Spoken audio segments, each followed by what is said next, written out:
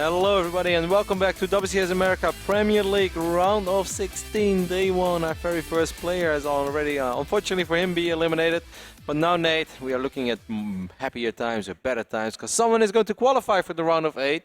I was almost going to say that this will be the first time ever that either of these two players is going to qualify for the round of 8, but that's not right because Hart did qualify for Premier League round of 8 once, and that was WCS America Season 3 last year.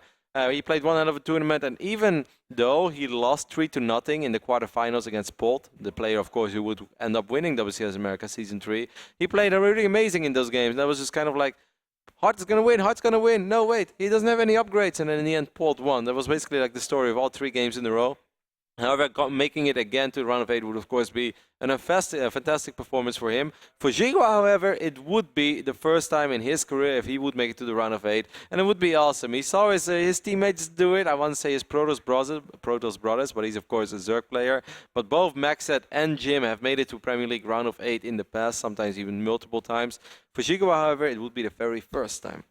Yeah, it'd be a pretty awesome accomplishment for him. This is going to be, as well, our first Terran versus Zerg of the round of 16. You know how much I love my TVZ, Roddy. I know how much you love your TVZ, and that's why we put you on the seat, Nate, because it's going to be a lot of fun. I really think it's going to be an exciting series, especially because both players in general play a very explosive playstyle. XiGua loves to just run around. He makes a ridiculous amount of units. He reminds me of like old school Violet, where often he makes units in a phase in the game where I feel, I'm not sure if this is like the right moment for you to make all these units, but then he still puts himself in a reasonable position where he actually, starts running around and does some serious damage and still finds himself later on with a pretty good economy. Yeah, it's one of those players where, as a Terran, sometimes you get caught off guard because if you try to be aggressive and you don't do enough damage, if you commit too much in the early game, you get. I like that comparison you brought up, Violet, the kind of big counterattack players, the guy that's not afraid to just say, "Hey, you throw away a lot of forces. I'm going to go for some sort of counterattack with a crazy amount of banelings." So I'm very interested to see what maps we end up playing on for this series, as XiGua has shown that he likes to not veto. Some of the more standard normal maps, and we kind of end up in these awkward situations. Yeah, I'm pretty excited to see who's going to play on which map as well.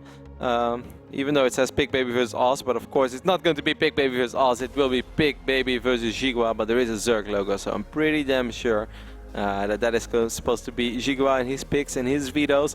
Pig Baby opens up vetoing merry-go-round. No shocking. Yeah, I'm not surprised that as a Terran player you don't want to play on that map. Third base can get pretty awkward if you go up against an opponent that brings really aggressive styles. And Alterzim's Stronghold veto for XiGua. What? I guess he wants to play on smaller maps. What? Really? That's interesting. Really, Nate? I don't believe it. I'm going to double check this page later on because this seems a little funky to me.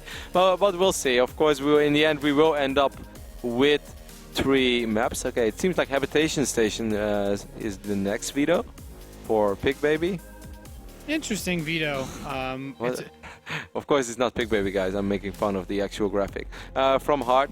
Nate, I think we should just go silent and see which 3 maps are remaining. I think we're going to make a whole lot more sense from that than from this graphic. Yeah, the vetoes have been pretty interesting because we see some, like, obviously, we look at Habitation Station has brought some crazy games and maybe would rather play a more solid map, but also try to put a bit more distance between himself and his opponent.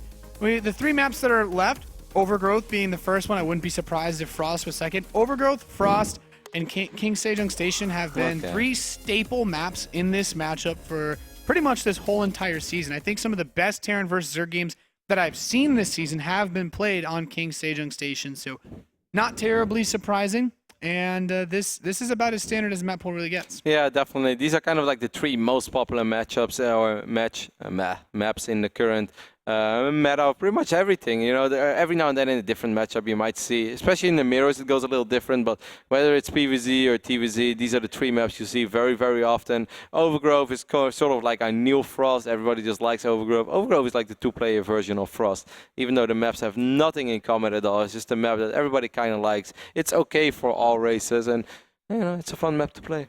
Yeah. I like playing on Overgrowth quite a bit. You have this setup as your standard 3 bases. The only thing that's a bit tricky, Reapers, but also the way that main base is exposed, man. Those Hellbats. We saw Hart play some really good Terran versus Zerg in the round of 32, particularly, Jaedong, Hyun. He had absolutely no problem with, a lot of those games. And even though he did come in second in his group, this was also before the Hellbat Madness began. And I'm really wondering if Hart's going to go back towards being that really aggressive player, because his macro game was damn near perfect in the round of 32. But now is not a bad time to throw out those crazy builds. Everyone's been doing them. Yeah, that's actually a really good point and something that's fun to talk about, because in the round of 32, if you ask me what do I remember from the Premier League round of 32 season 1 2014, I will say I remember Hart. Hart really blew me away with his performance. He made it out of a very tough group. It had Jaedong, it had Jim, and it also had Hyun, of course, the reigning champion of WCS America 2014, season 1 that is. But he played so incredibly good, and even though he ended up losing against Hyun went for sort of an all-in in game number 2 on Frost, ironically enough. And Hart was almost able to hang in there. He was doing so many things right, like a couple of really cool, small little micro things. He blew me away with that performance. From that point on, I was like, wow, Hart, you're playing way better than I have ever seen you play. Than I even remember how good you are. Like I knew he was good, but I really didn't think he was going to be that good. He played convincing. He totally outplayed Jaedong, and this was just like a week or something after Jaedong just defeated Paul at the Lone Star Clash Invitational. So I did not see that coming. I thought he was fantastic in the round of 32. Today earlier against Big Baby, he was good, but Big Baby definitely handed him a little bit of help, I would say, with moving down on Overgrowth. But we'll see where he goes with this. Yeah, it's going to be interesting to see how he adjusts to the patch himself, XiGua at least, in this matchup, because not every Terran player has been doing this, the crazy Hellbat pushes on 2 bases. Even Pult has become a player that's throwing a lot of these really, really aggressive builds off of 2 bases against Zerg. And it's not always that the pressure does damage, but it's the expectation or the fear of these types of pressure that can put Zergs behind. If Hart decides to play a standard macro game, 3 command centers, or maybe if it opens gasless and has just a fast Marine deny scouting, and XiGua's not sure what's coming, he might open defensively in fear of Hellbats, and then suddenly with a 3 command center build, you can get ahead as Hart just by not letting your opponent know that you're playing that greedy style. And for a Terran versus a Zerg, the matchup's been getting a bit better, but those Zergs have still been playing exceedingly well in the late game. I'm just expecting a pretty explosive series. I'm expecting both players to make a lot of units and pretty much start doing stuff with them almost immediately. And XiGua definitely has the speed to keep up with Hart. I was actually watching a little bit of first person from him earlier today, and this guy is ridiculously quick. I'll try to bring up his APM, or actually, I'm not in charge of that. Flo is, yeah, Flo. Start bringing up the APM tag every now and then, because his APM is sick, Nate. Of course, I can do it as well myself, because I do have my own. I'm in the game. That's what I'm trying to say. I'm part of the game as well. As we are just getting rid of a few minor issues, but this game is about to start. I think it's fun to see XiGua do so well. I was a little bit sad for the Invictus Gaming players that we only had one guy make it to the round of 16, because in previous seasons, it was 2, even 3. At one time, we came really close to having 4 guys here from Invictus Gaming. This time, XiGua was the one lone Chinaman to make the journey, but he's of course here with Edison, their awesome manager. And we're finally about to begin. We apologize for the small inconvenience. It took a little longer than expected. But I'm ready, Nate. Overgrowth, the winner of this series, will qualify for the round of 8. It will be the 2nd time in Hart's career. It will be his 1st time in XiGua's career if he makes it. Yeah, it would be pretty awesome for either of these players to move forward. And without further ado, we are loaded in. Look at how fast he is. Overgrowth. Man, those hands. Look at how fast he is. Even when he has 6 drones, imagine when he has a real army. Oh my God. He's already at 308 PM, Roddy. And he's just going to go higher. And we're 20 seconds into the game. Over here on the left bottom side of the map, of course, our blue Terran representing Axiom Esports. In my opinion, the best performing player in the round of 32. He was an absolute monster. It is Axiom's Hart. Great, and now XiGua has 38 APM. Like, I'm on the money, man. Like, 0. He's just making fun of me now, isn't he? Hart almost hit 400. There he goes. Yeah, there we go. He's going crazy again. And of course, he is our red Zerg player in the Northeast. And you said the lone man from China. It is Invictus Gaming's XiGua. Of course, later in the round of 16, we will have Tut Ming as well, the very exciting Chinese Zerg player who had a great run last season in WCS America round of 16. Was so close to make it to the round of 8. Fell short in the end, but He played great. He also recently participated in MLG Anaheim, so he's just staying over. He's like, you know what? If I'm going to America, I want to go big. I'm going to go to 2 tournaments. Get the full experience, Roddy. Not a bad choice at all. And on this map, we know Reapers aren't crazy good, but Heart's going to open up with what seems to be a Reaper opening. Are you expecting a single Reaper, or is Hart the guy that likes to go 3 Reapers? So it's kind of interesting that you bring that up, because we've seen this trend where there was the 3 Reaper play that was really, really popular for a short while, but it was when we had maps like, you know, Heavy Rain in the pool, and, you know, to a lesser extent Star Station. But in this map, with the way that the meta is currently going, 1 Reaper is a really good play, and then just going straight for the reactor, going for Hellbats off 2 bases, and really, really turning up the pressure quite a bit. But XiGua, it also comes down to what he expects and what he scouts. I don't think Hart necessarily will go for a single Reaper, because I know he likes to be aggressive. So 2, 3 Reapers isn't bad, but single Reaper is getting more and more standard. Of course, the follow-up will truly be all that matters. I'm expecting Hart to perhaps, you know, adjust a little bit to what is currently popular in this matchup as well, and that is staying on 2 command centers a little while longer than we used to. Either way, we see that the SCV is moving to the south side or to the low ground, and we'll be able to drop that command center soon. XiGua is checking. He's going to see that Reaper leave, and no, it's going to be a quick factory follow-up. Just a single Reaper for Hart. Yeah, all right. Well, this isn't really that bad. And like I said, this is getting more and more popular on a map where there's also not really a lot of space for a Reaper to jump around into that main, and most Zerg players can defend Reapers pretty easily on this map. Say, hey, if I'm not going to get any damage done, why invest in more than 1? This guy can get all the scouting information that I really need. And the most important bit he's about to find out is, of course, that this gas was taken. So as long as the Reaper knows that, he didn't quite see the extractor, but I'm sure he noticed the spawning pool shimmering, which will give him all the information he really needs. Yep, of course, whenever the spawning pool is researching speed, it's wiggling a little bit, and everybody knows that, at least on this level, Nate. He doesn't have to see the gas. Would have been nice, of course, to see if there are still drones on gas, you know, in case XiGua would have decided to go with a ridiculously quick bailing boss, which is normally not something you do on this level, but every now and then, even Violet very recently busts it out. It can be good if you expect your Terran opponent to play very greedy. This Reaper's gonna poke against these Zerglings, not able to, you know, sometimes it's nice to get the Lings across maps, you can delay the command center, but nothing to be done there. And there's still just 1 gas for Hart, which doesn't really suggest that he wants to go straight for a fast tech. He could still get an armory at a reasonable time, since he has the starport on the way and close to 100 gas.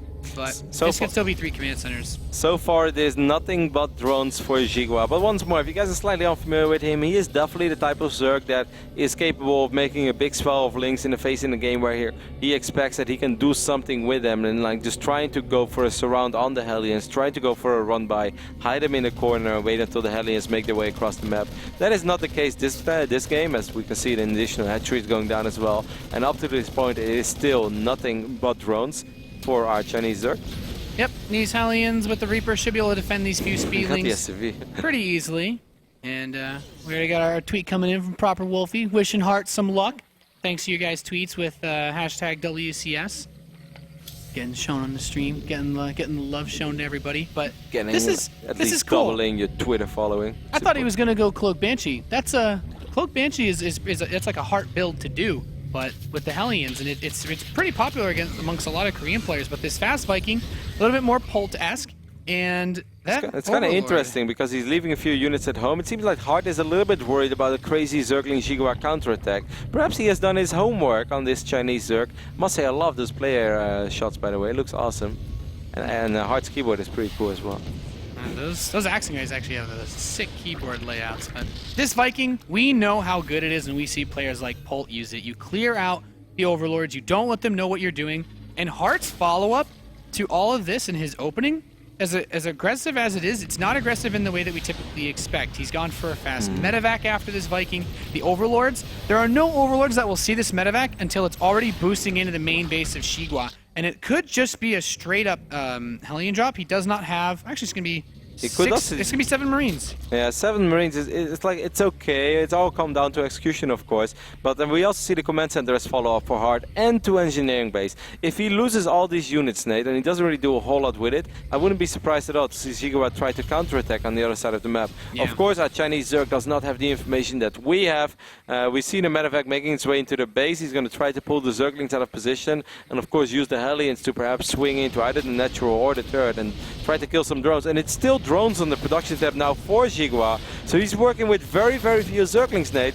Only 13 of them. He's going to have to be a little bit careful over here. Yeah, I like that during this, the Viking gets an extra kill, but those Hellions press the front, transferring drones have to run away. The third base is complete, as you mentioned, but these workers, they need to run, Roddy. Hellions coming in. Solid split so far, though, and the Zerglings are going to come up, and they should be able to clean up at the same time. Stim is finished. There's Marines in the main base of XiGua, and Hart, he's bringing the pressure, delaying a good amount of mining. He sees the layers on the way. Yeah, the drop in the main is actually doing some serious work. Beautiful positioning there as well, using the extractor and the mineral line to make it a lot harder. These Zerglings are really going to have to swing around, otherwise they'll never take care of this drop.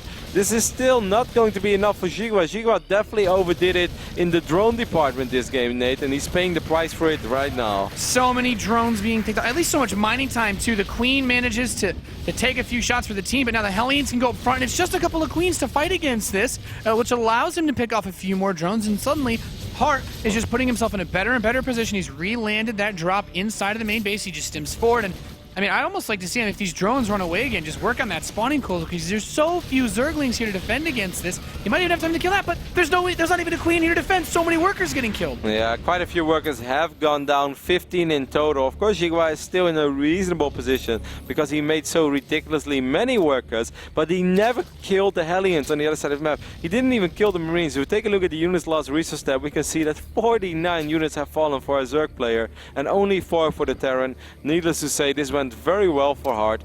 If XiGua would have, instead of making like 7 additional drones, make 7 sets of Zerglings, I really think he would have had a much easier time. He might be able to surround those Hellions immediately, and he will be able to clean it up. He's going to lose another Queen in the main. Wow, XiGua seems like he's falling apart a little bit, and Hart is playing phenomenal so far. Yeah, just killing drone after drone. The armory is done. He can move into those +2. Even those Hellions can become Hellbats here. This has been a great cost-effective use of these Hellions because he's kept the Zergling count so low. There's a bit of a counter at the third, but I mean, even SCVs and medevac support can kill those Zerglings. Yeah, it's only 2 Zerglings. This is actually very, very dangerous for XiGua. He's morphing 9 Banelings now. He has 38 Zerglings, but he needs those Banelings, and he needs them now. The Queens are taking a lot of damage. Transfuse will land. A couple of Banelings going to try to wiggle in. The army is clumped up though, so okay. This was reasonable for XiGua. Could have gone a lot worse. But there's still this drop in the main base, cleaning up Zergling after Zergling. Both players have +1 upgrades, but XiGua has not been able to start any additional upgrades. He's got his Spire, but he's had to produce so many Zerglings, he can't invest the resources into producing Mutalisks,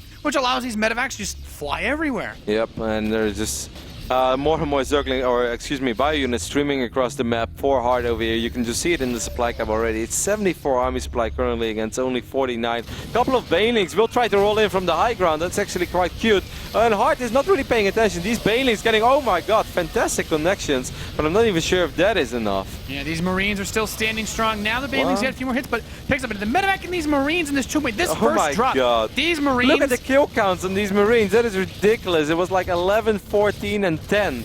That is the most cost-effective first drop I've ever seen. A couple of these Banelings do get really juicy connections though, but that one drop, ridiculous. 144 units killed. Those Marines are the real heroes of this game, Roddy. And now the Banelings and Zerglings moving out, but there's no creep here to fight on. Widowmine picks off a nice chunk of Zerglings as well. And not a single overseer on the map. XiGua only with 44 drones currently. If he would have wanted to make something happen, he would have to absolutely demolish the force of Hart. But that is, of course, not going to happen, as Hart has played phenomenal. His economy has been completely uncontested, other than those 2 happy Zerglings during that first attack. Great game by Hart, and XiGua, like I said before, Nate, I really think he just overdid it in the drone department, and he had to pay the price for it. He didn't have enough information to play that greedy, and it didn't work out. No, this drop, I mean, this force in the main base is still just fighting so well by that tower. Widowmine shot kills a couple Marines too, but the Marauders up front, even if the Banelings don't hit the Marauders, all the Zerglings are fighting them, and that just allows these Marines to focus everything down. Hart is in such a good position. His +2 attack is done. Everything just dies. GG. Our Terran player from Team Act Axiom takes a Game 1 victory. And he does it like the Hart we saw in the round of 32, Nate. Convincing and determined. Really just beautiful play by him.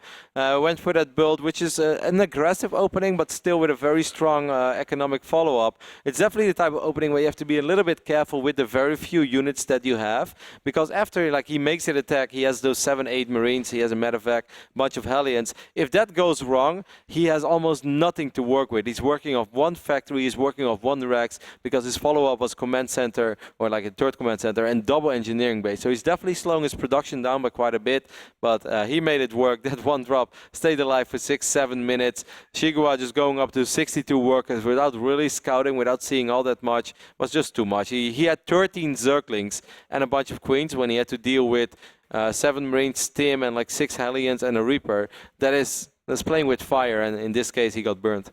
Yeah, in the early game stage, just a couple of Queens can be really good at defending those the Hellion Reaper pressure, but the Overlord didn't get the scout of the main base. He saw the Viking, and you say, okay, maybe it's a Hellion or Hellbat follow, but that'll come a little bit later. Stim Marines hitting that early was just not what he was prepared for. So we're gonna have to see if he can maybe get a bit more, less greedy, I guess, with the drone count in this next game. We're loaded into Frost, as you guys can see. Hart versus XiGua for this Terran versus Zerg. It's cross spawns, definitely going to help our Zerg player out with staying away from his Terran opponent, who has spawned in the bottom left. From Team Axiom, it is the Terran Hart.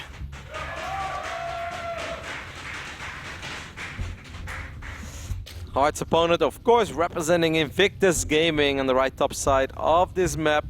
One of the 2 Chinese players in the round of 16. Give it up for XiGua.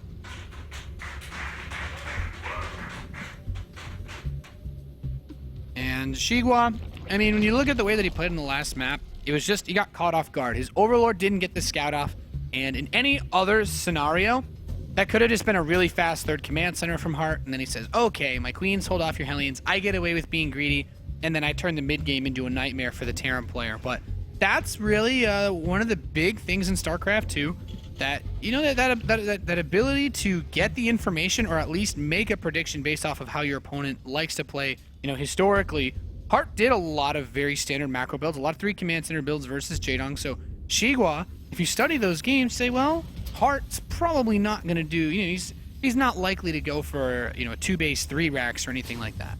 I must say, I find it really exciting, though, to follow Hart's journey. He made it to the round of 8 once, and that was in Season 3, 2013. But other than that, you know, he was always one of the players in WCS America that you knew that he was capable of defeating a bunch of guys, and you knew he was definitely not the weakest link out there. But he was also not the guy that you thought had the skill set to take it all. This season, however, I really feel we are watching a different Hart. And if I look at the player list, I don't really know that there are too many guys out there who I would say are clear favorites against Hart. Of course, we do have Tasia in this tournament, we do have Bomber, we have Hyun, and we have even a couple of dark horses as well, like Pig Baby and Check, that are all very scary players. But this Hart is a different Hart than I've seen in a very long time, and I wonder who can stop him, because I'm starting to feel really good about him, Nate. Yeah, and when you look at the way that he used to play, crazy aggressive, and even that build kind of showed a little glimmer of the Heart of Yore, with the way that it wasn't the most unusual build ever, but the way that he did it is unlike many other Terran players. But he still used key elements that other successful Terrans have been busting out, like that fast Viking, like the Reaper into just a straight reactor, not going for multiples of them.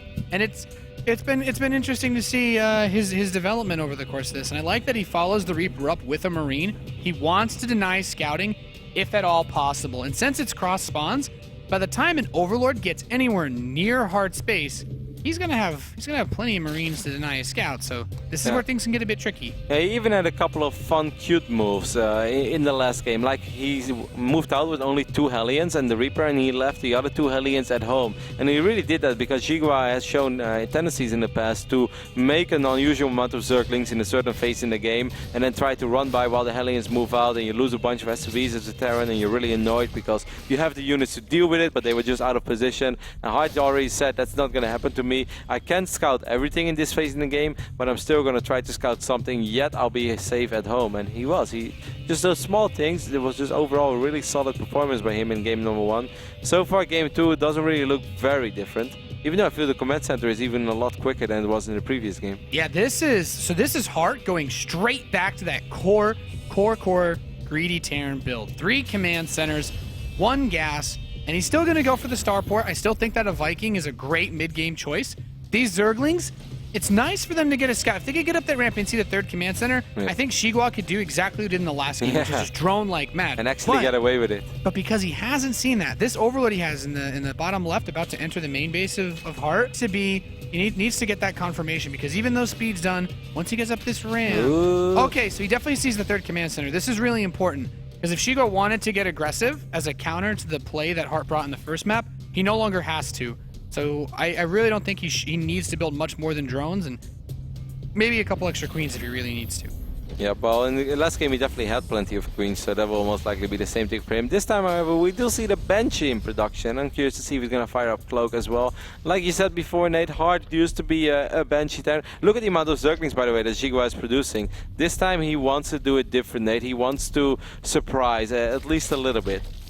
Yeah, I can't say it's a bad move. If you catch those Hellions... Bailing Nest going down as well, way before layer. If you can catch the Hellions with these Zerglings, either he's kill hiding, them... Yeah, he's hiding the Zerglings as well. Yeah, you know what? There was someone that did it. Was it Violet recently, like, tried to hide, like, a really fast Bangley attack? Yeah, that was on Frost. You mean, like, the horizon? That wasn't going to spoil? No, it might have been the game on Overgrowth. I don't know. There's, like, a weird... Maybe that was a bit later. Okay. But we've seen Zerg players do this and have a reasonable success. Maybe you mean, like, maybe the game Hyun did it against Hart. Yeah. On Frost with sick plays from Hart, but it wasn't enough in the long run. Yeah, there was actually it was on this, and Hart was in the bottom right, I think. Yes, that was Hyun. Yeah, that was a crazy game. So that could be the same type of build that works here. Oh my God! Hart does not have enough to defend this. It is nothing. His wall's not even done. Yeah, it is nothing but Zerglings, and Hart really doesn't know either. Hart is moving out right now. XiGua is going to see that with his happy little Zergling, and he's like, yeah, please just go all the way across the map. As we see 11 Banelings on the production tab, hidden in the south side of this map. I'm really digging the play here from XiGua, going back to his roots, trying to mind game Hart here a little bit, and this could just work out brilliantly. He's going to try to get the surround. Hart is probably confused now. He's like, what the hell, man? That's a lot of Zerglings. What are you going to do with all those Zerglings? He realizes what's going on, but the Zerglings are already moving in for XiGua. They're going to get on top of this ramp. He can deny the Hellions from going back into Hart's base, and then suddenly these Banelings won't be starting to get the surround on the Hellions. A few of them taking a lot of damage, but the Banelings have broken the natural wall. A few more Banelings in production. The SCVs are still here. The Banelings are going to get on top of these workers, but he's saving them. He knows that there's nothing here to defend them, so he wants to break the ramp. The depots have been lowered. He doesn't even need to. Actually sick Hellion control by Hart. He still has a couple of them alive. Of course, XiGua needs to do a ridiculous amount of damage with this, and he is doing damage, but he needs to do more. Okay, he has a lot of Zerglings in the main as well, and it is nothing but Zerglings streaming across the map. It's 40 army supply against 12. If Hart holds this, well, that would be an absolute miracle. Yeah, I mean, when you have 3 command centers, you can afford to lose a lot of SCVs. It's still just pure Zerglings being made by XiGua, but so many of these SCVs are so low on hit points. These Zerglings kill them just incredibly fast. These Hellions are trying to fight in the mineral line. There is the Marine, but the Lings are going to overwhelm this force, and I think that we're starting to reach that point where Hart might lose too much because XiGua's not missing any injects. He's just going to send Zerglings across this map until the end of time. Yeah, exactly, till the dawn of days. Only 12 SCVs remaining. Look at these 2 Hellions in a very juicy position. Stim is about to finish up, getting a couple of really good shots off. Hart might be able to stabilize after all, but we have to ask ourselves the cast question, because that's what we do, and that question is, at what cost? Well, at the cost of losing 41 SCVs at least, perhaps a few more. Orbital commands are good, Nate, but are they that good? 7 SCVs and 3 mules. Anything's possible, right? Terran's ahead. Well, Hart is still going to try to hang in. The command center is burning, by the way. He needs to be able to save it in the near future. XiGua is still producing nothing but links. This Banshee must have so many kills, by the way. He did some work. He put in OT. 40 kills in the Banshee. Oh, it's a commander. Can we play the David Guetta song? Just kidding. Don't play the David Guetta song. It's bad. I don't want to listen to the David Guetta song at all, Nate. I don't know why I said that. It's okay. This next attack will probably... The Banshee put in work, but I don't know if she can lift this much. Well, eventually she will. This is going to be, all right, got a Bailing, got a few more. Oh, look at these Hellions from the high ground. Stim is done. Actually, everything's going to clump up so hard. He's focused on the Banelings down. The Hellions can fight these Zerglings hard. But there are like 10 more coming in. He refuses to die. 1 Baneling detonation will kill all these Marines. God. He needs to keep focusing them down. The Banshee's doing work, but once these Lings get around the army, once there's no more choke point, I I don't think that Hart can hold this off. I think he can. It's What? hard. Hart is so What? sick. He is still alive. 52 kills on the Banshee. No, Lift the orbital. command center. Lift the orbital. You need the orbital. Don't be a hero. So Hart has just somehow stabilized with What? like almost no units at all. Did a great job in sniping all these banelings. You remember that like even against Hehan when he played this game, he was under so much pressure, but he had remarkable holds. He did die eventually because he was a little bit out of position, but his micro was insane. Now again, you know, Nate, he will have Stim, Medivacs, and Combat Shield against a lay attack Zerg. Do you believe in a thing called Mew? I would say I do, but is XiGua, what's most important? Oh my God, he's down. He's down 47 workers. We've reached that point where Harton really needs to get some work done Yes. with the forces that he has. Like as much as threatening as this next attack from XiGua will be, like with these Zerglings that he has on the map, if he tried to run in.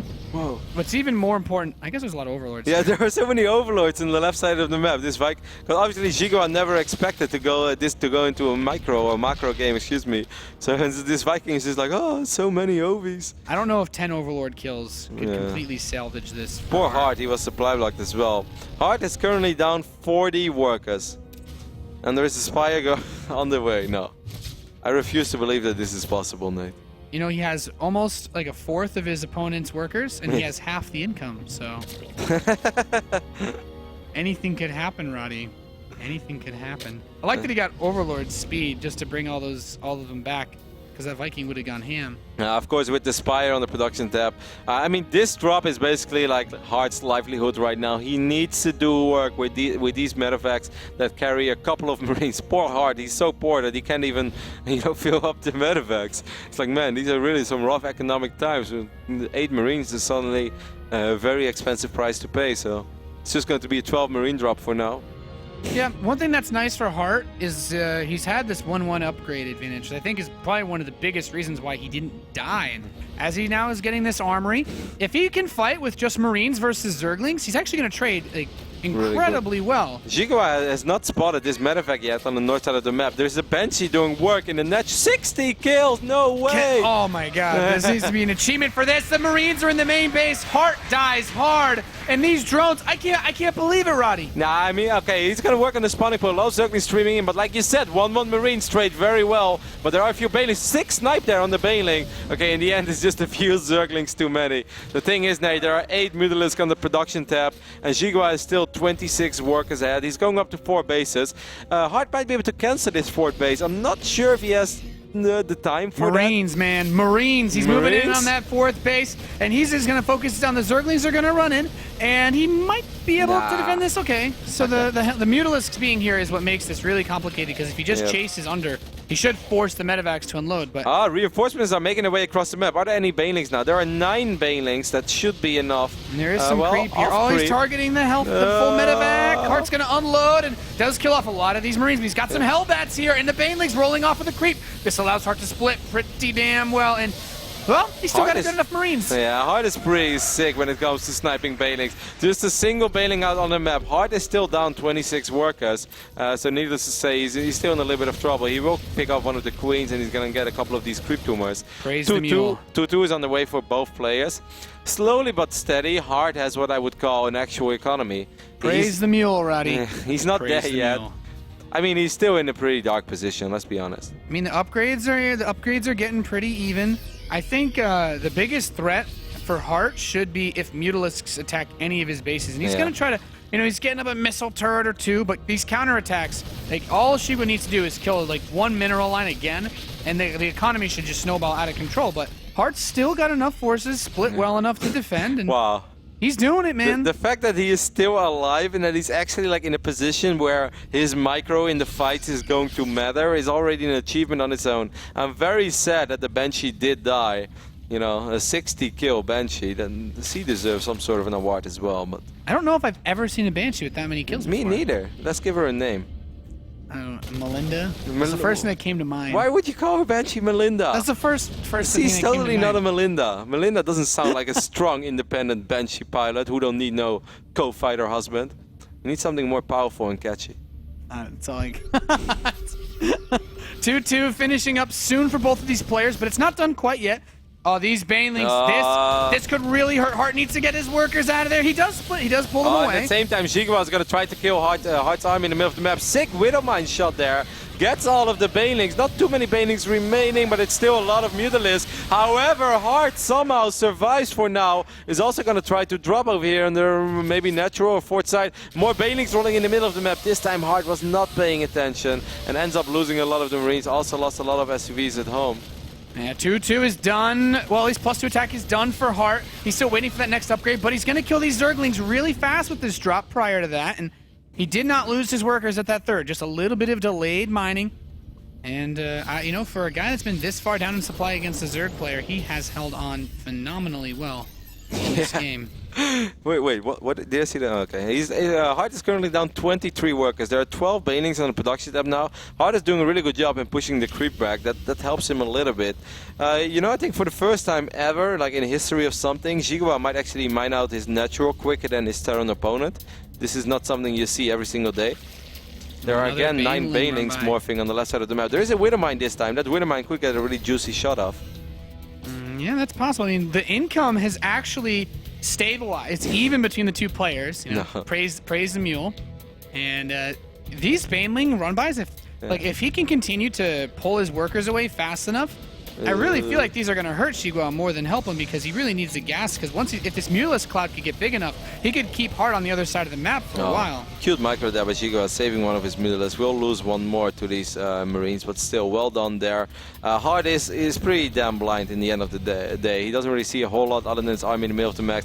There are so many banelings rolling around for XiGua, who is showing us no signs of having any ambitions of becoming a Hive Zerg. No infestation pit yet. It's all about Mutaling Bane with 2/2 upgrades and +2 flyer attacks on the way as well. Yeah, this is...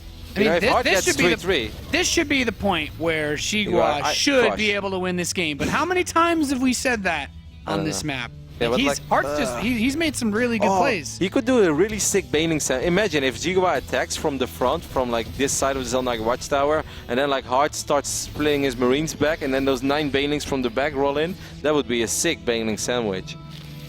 I mean, it could work. I guess when in doubt, more banelings. He's currently at 44. He's going to go up to 54 banelings, Roddy. Yeah, he's also going up to 5 bases. However, this next fight is going to be so important. Like, XiGua really needs to do serious work / game-ending damage here, which he's definitely still in the position to do so. He's up 30 supply. That's, of course, pretty sick. But if he doesn't, then he's going to have to fight against 3-3 Bio without having access himself to a Hive. The banelings from the left side will roll in. The Widowmine gets a sick shot off. What? Well, if Hart needs a miracle, he's got part of it so far. But without the Widowmines, he needs more juicy Widowmine shots, as you would say, if he wants to be able to win this game. He's really trying to bait those shots out, and he has.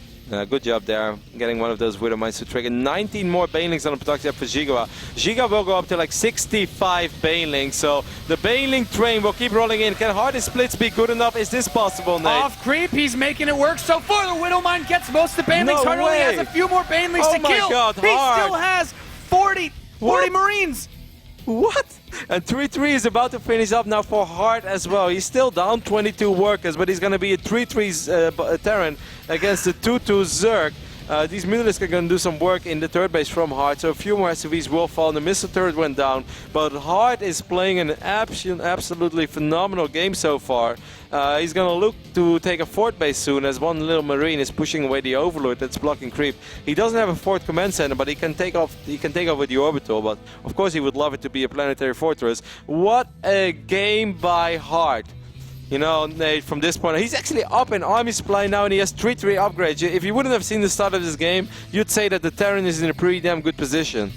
This game has been, I mean, this game has been crazy. He's going to go in for this third base. The Mutalisks know that the army's on the south side. There's banelings on the left. Here. The SCVs are running to the left into those Widowmines. Not quite so great still, but he does have a large army, as you'd mentioned before, where the third base has been lifted. He does have another Overlord blocking that 4th command center position, so he's traded a couple of blows, but still, this army he can no longer challenge in a straight-up fight. No, there is a drop going on the north side of the map, actually doing a little bit of work. The Muta count is high enough. Well, actually, these Marines, 3 Marines, picking off 2 Mutalisks immediately. Might even get 3. Yes, he does get 3, so not the worst trade out there. Drones is not mining yet. XiGua did retake a supply lead again, of course. He's still down a little bit in army supply. There is a bio army from Hard marching across the map now. He's only on 35 workers again. Army supply is up. It's all gonna come down to the engagement again. Can we one more time see ridiculous Baneling connections? Fighting off creep, the Marauders and Thors up front, Marines spreading behind all of it. The Baneling count's getting lower and lower. The control. You can't kill this guy. So sick. Did you see? That's Automated 2000. I'm checking to my left right now. His heart's still sitting there. Yes, he is. He did not take off. Those splits were sick. 73 army supply against 61. He's stepping on creep now. This is where it gets dangerous, though. Yeah, he's just got Marines versus Zerglings, and with an upgrade advantage and Medivacs, that will always go in the Terran's favor. Killing Zergling after Zergling needs to lift up and run from the Banelings. And the Bane train, no. He's being slow. These Mutalisks. 75 army supply against 60. Hard is moving in towards this base. This is the most ridiculous TVZ that I've seen in a long time. The Mutalisk are on the other side of the map, working on the orbital command. Banelings getting reasonable connections this time. Yeah, this is what he needs, but the Mutalisks killed that 4th command center, which is quite nice. He's going to go after Addon's heart. He's just saying, hey, if your Mutas are going to be over there, I'm going to keep fighting you. And even though you're making Banelings, oh my god, I've got robotic hands. I can split for days. Yes, he can. He's going to pick up these Banelings as well that are morphing into natural. None of them will almost finish up. The other Banelings will probably not finish up either. XiGua is falling apart. There come the Banelings. He cancels it. The Baneling nest will fall. Are you kidding me? Hart is about to perhaps win one of the most ridiculous TVZs that I've ever seen. I cannot believe what I've just witnessed, Nate. I believe in the mule. I believe in the mule, Roddy. He has just about done it. These Mutas are doing a great job of delaying the production, though. If Hart's army does, if he can just clean up Hart's army once, he has so many Mutas parked on the production. He cannot. He pretty much can't rebuild this force because he's just been slowed down so much. But how is he going to clean up that army? He lost his Bane. Okay, he still has a few Banelings in the main base, by the way. Hart needs to pay attention. I'm not sure if he pays attention to these Banelings. I'm not sure if he's seen them. Maybe he has seen them now. The Thor is making his way home, by the way, so it's just Marauders and a few Zerglings. Banelings connecting with Marauders is not what XiGua needs. Hart will... Oh, good shots. Good Baneling detonations for XiGua. These Mutas are still ransacking the main base, picking off Marines, picking off everything. And now he's starting to get a nice, comfortable position. Keep in mind, he has a lot of gas. If he can stabilize, he can pump out, I guess, a lot of... No, he lost his Spire. The Tor made it home, though. He brought the Tor home, and the Mutalisk going to try to kill the Tor, but there are so many Marines assisting fire as well that quite a few of these Mutalisk went down. Only 3 remaining, and 3 Mutalisk is not all that scary anymore. Hart is somehow still like harassing as well in the fort base during all this. What an insane TVZ from Axiom's Hart. He's not there yet. The Nature is going to be the fort base from this point on, but with 3 bio units, almost no Mutalisk anymore. I really believe... Oh, there are Widow Mines as well, shooting at drones over here. This game has been crazy. The only tech building he has is the spawning point. He needs to rebuild a Bane nest. He's actually building 2. Just in case. And he does have his layers. I love how he's getting them like right next to each other as well. It's just like, I really need a Baneling nest. Let's get a backup Baneling nest. Never again am I going to lose my Baneling nest. So Hart will be mining off one base soon as all the other bases are mined out. There are 3 Marines on the north side of the map killing like 74 Zerglings. The Spire died as well, by the way, during that like crazy base trade stuff that was going on. So from this point on, XiGua can produce nothing but Zerglings. Now 20 Banelings are on the way, but Hart is knocking on his door again. He's probably going to have to abandon these Banelings, Nate. Yeah, he's moving the Marines up with that 3-3 upgrades. It's just too much. The Banelings will finish, but with few Zerglings to support them and no more Mutas here, he can just pick up. Yeah, he probably pick up. He's going to try to split again. Hard, you're really playing with fire. These Banelings morph like on top of your army. So this time the Banelings will get reasonable connections. But the reinforcements are arriving again. The Widow Mine soaking up a few shots. Still pretty 6 splits down on the north side. I think this is it, Nate. For the first time, Hard has done it. For the first time in 20 minutes, we have a supply lead for Hart. He's ahead in supply by 30 supply. He's gonna kill these drones. These drones are dead. Wow. XiGua I can't.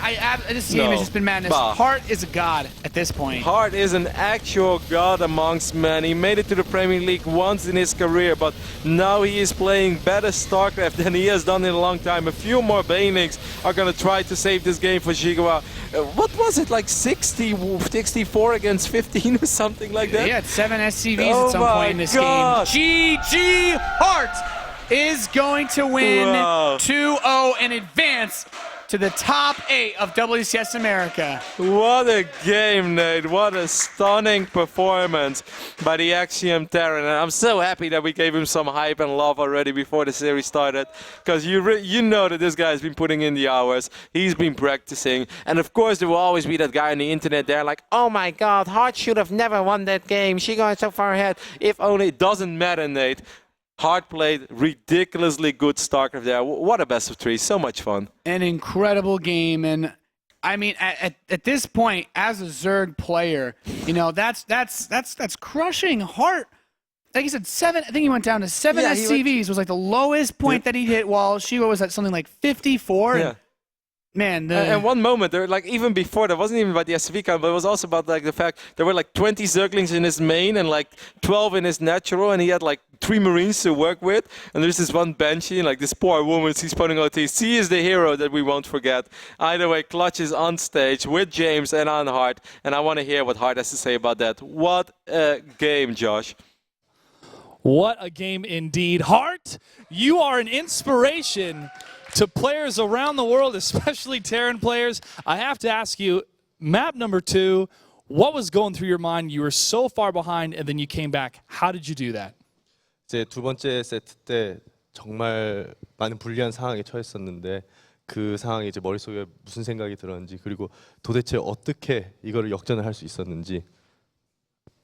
요즘에 저한테 저그전을 많은 분들이 기대를 많이 해주시더라고요. 그래서 허무하게 지지치는 것보다는 어떻게 한번 후반 가서 지지치자고 생각했는데 틈이 보이면서 어떻게 역전된 것 같아요. 네.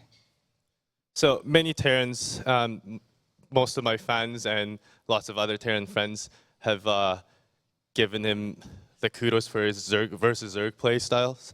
And so when he was that behind, all he was thinking was to carry it out as long as possible and show them what Terran is capable of, and then hit the GG. But it turns out that upgrade advantage and everything just kind of played to his favor. It ended up turning it around. And as Nathaniel said, all praise the mule as well. That definitely helped you out. All right, so you've been here before. You've been on this road before. You made 7th, 8th place last season. What's different about this season? And are you more nervous now moving into the round of 8, or are you more relieved? 저번에도 이제 8강에 온 경험이 있는데 이번에도 이제 8강에 올라간 만큼 이 승으로 이제 더 오히려 압박이 되는지, 아니 부담감으로 오는지, 아니면은 오히려 한 번 왔으니까 좀 더 편한 생각이 드는지, 그리고 만약에 이제 8강 올라간다면 이제 준비하는 마음가짐이나 뭐 저번이랑은 뭐 어떻게 다를지. 아무래도 저번에는 기회가 왔다고 생각했는데 실력도 많이 부족했다고 생각하고, 하지만 지금은 연습량이 그때보다 어마어마하게 다르기 때문에 저한테 기대해 볼 만한 시즌이라고 생각합니다. 부담감은 전혀 없고요. 네. So it doesn't come as a pressure. Last time around, I thought that was the chance, but unfortunately, in terms of his skill level and the amount of practice that he put in, I felt that was where I slacked off. So how I prepped for this season was I increased the practice hours unbelievably high, and I think it would be smart to bet on me winning this tournament this time around. Well, I think a lot of people in the audience are going to start to bet on you and to put you in their fantasy league. Finally, Hart, anything you'd like to say to the people here and to the people watching around the world? 이렇게 와서 이제 응원해주는 이제 저기 엑시온 팬이라든지 인터넷에서 보고 있는 엑시온 팬, 그리고 이제 하트 선수의 팬들한테 이제 마지막으로 한마디. 이번에 또 특별히 MLG에 오셔가지고 저한테 선물도 주고 하시는 팬이 굉장히 기억에 남고요. 저희 CEO가 존 토탈비스킷이 지금 좀 아픈 상황인데 오늘 승리로 이렇게 조금이나마 응원이 됐으면 좋겠습니다. 감사합니다. So MLG, I remember there were a couple fans that brought me gifts, traveling all the way to Anaheim just to give me gifts. Those fans, I give a big shout out. And as you all know, Total Biscuit's a bit feeling under the weather. I guess it's not the right term. He's a bit ill, and I hope this win cheers him up a little. All right, thank you, Hart. And all of us here at ESL want to wish John and his family all the best of luck with the struggles they're going through. And ladies and gentlemen, what better way to show off the power of Terran than with that play? Let's hear it one more time for Hart. To break down that matchup, I'm going to throw it on over to Todd. Thanks, Clutch. Based Hart showing us a great performance here in this second map. I cannot believe what just happened, guys.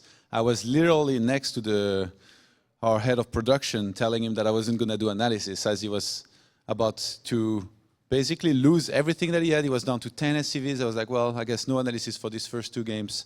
And then suddenly I see Hart starting to drop left and right. The second wave of Baneling is really where I started doubting that maybe he was dead in this game. He microed like a god. He was up his ramp. He targeted the Banelings. It was, I guess, maybe a little bit sloppy too from XiGua, but I've had bigger throws myself. He probably thought there was no way he could still lose. We was probably wondering why Hart was still in the game. There is a moment in the game that I want to take a look at in particular. There is actually quite a few. Sadly, I just have to pick one. And the game was 30 minutes long. I want to go to the 26 minutes when Hart basically took one of the best fights in terms of micro that I think I've ever seen. So if we can jump into the game, I'll show you right away what's happened. If we can pause right now, we can see the army supply should be in favor of XiGua with 118 against 102. The composition is super Baneling heavy. Every time for XiGua there was a lot of Banelings. Can we see the unit composition? How many Banelings there is exactly? 49 against 42 Marines. How do you win this? 49 Banelings against 42 Marines. This is a very difficult fight to take. Obviously, there is obviously 8 Widow Mines and 8 Marauders to help and balance this as much as possible. And we're going to see how this goes as XiGua heads into this big chunk of army from Hart. Hart starts pulling back. The Marines are basically the only units he really needs to micro here, that he needs to keep alive. So he's going to use the Marauders and the Widow Mines to tank as many of those Baneling shots as possible. XiGua is forced to pull back here for a second, but he knows that if he lets Hart max out and complete 3-3, he's going to be in trouble as well. So he's going to get in there to try and kill his opponent right now. Look at the split here. Look at the split. This is not something you're going to see every day. It's just insane. Hart keeps on pulling back consistently, sniping some of those Banelings here and there. XiGua had another wave of Banelings behind this that he could send, but he's like, you know what, this guy just keeps on holding everything I'm throwing at him, so I'm going to pull back for now.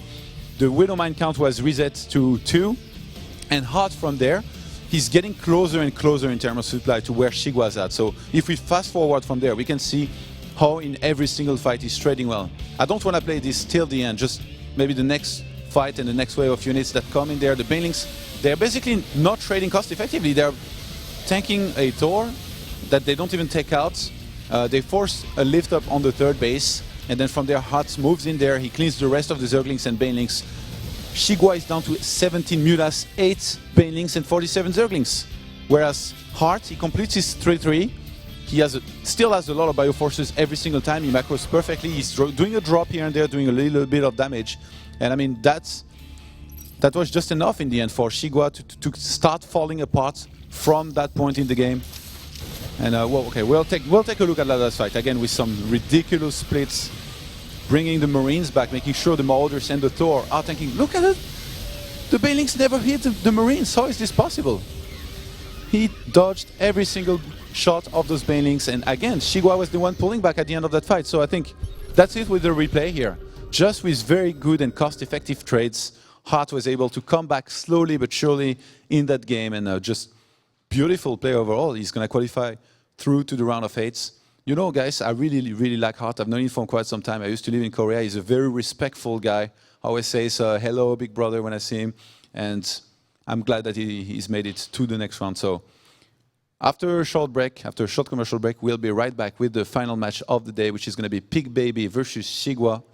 Don't go anywhere.